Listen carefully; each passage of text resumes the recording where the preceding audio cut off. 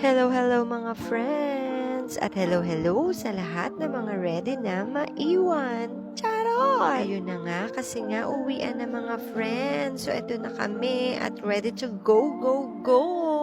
Kakasad man, pero syempre kailangan naming umuwi na. Pero bago mag-uwian, nakakita kami ng prutasan at syempre naalala ko si Mother Dear. Syempre kailangan bilhan siya ng pasalubong, so binilan ko siya ng atis, mangustin, rambutan at lansones. At nakarating na nga kami sa Paseo de Santa Rosa. Hindi para mamili, kundi para mag-ikot-ikot hanggang Magilo. Charot! Siyempre, maghahanap din kami ng forever. Charot! Maghanap kami ng makakainan. Alam niyo ba mga friends, na trinay ko uli magmas, pero Diyos ko, parang wala pang ilang steps na hindi ko na kaya, hindi na ako makahinga. So, ayun nga, naglakad-lakad kami, nagmuni-muni, namasyal-masyal, pero wala naman kami mapuntahan, wala rin kami makita magandang kainan. So, hindi rin naman kami namili hindi naman dahil sa wala kaming pera, pero ayaw lang namin bumili. Charot! Yun na nga, syempre, hindi naman na kami mga kabataan, kaya nagdesisyon na kaming lumisan kasi pagoda na rin kami. At nagdesisyon na nga kaming magpunta sa C5 South Link. Dito siya sa may Shell Select. Matagal ko na itong gustong puntahan kasi nakikita ko to sa TikTok mga friends. Dali ang drama dito, mas maganda kung meron kang something to eat and something to drink para naman habang waiting ka na mga flying airplane, meron ka chinichicha at iniinom. Tara na mga friends, at balik na tayo para makita na natin ang mga flying airplane.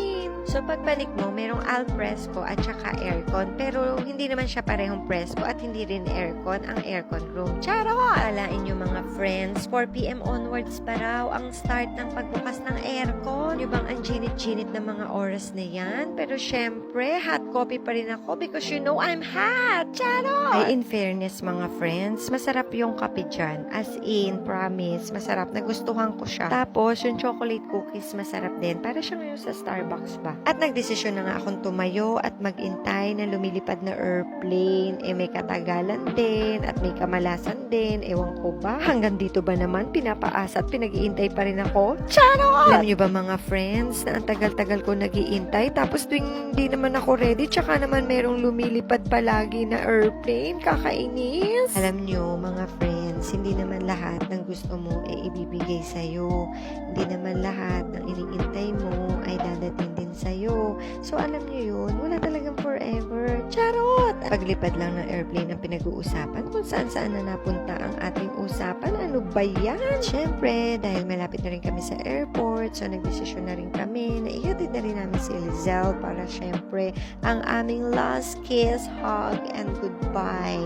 But no goodbyes, just see you again. Well, it's bye-bye time na talaga and mahirap maiwan ng airplane. May kamahalan. Charot! Ay, naku, mamimiss talaga kita, buruha. Pero syempre, see you again. Ipon-ipon tayo uli para, alam mo na, may next gala pa. I love you all mga friends. I miss you already and I'm so thankful and grateful. Love you all, mama. Chup chup.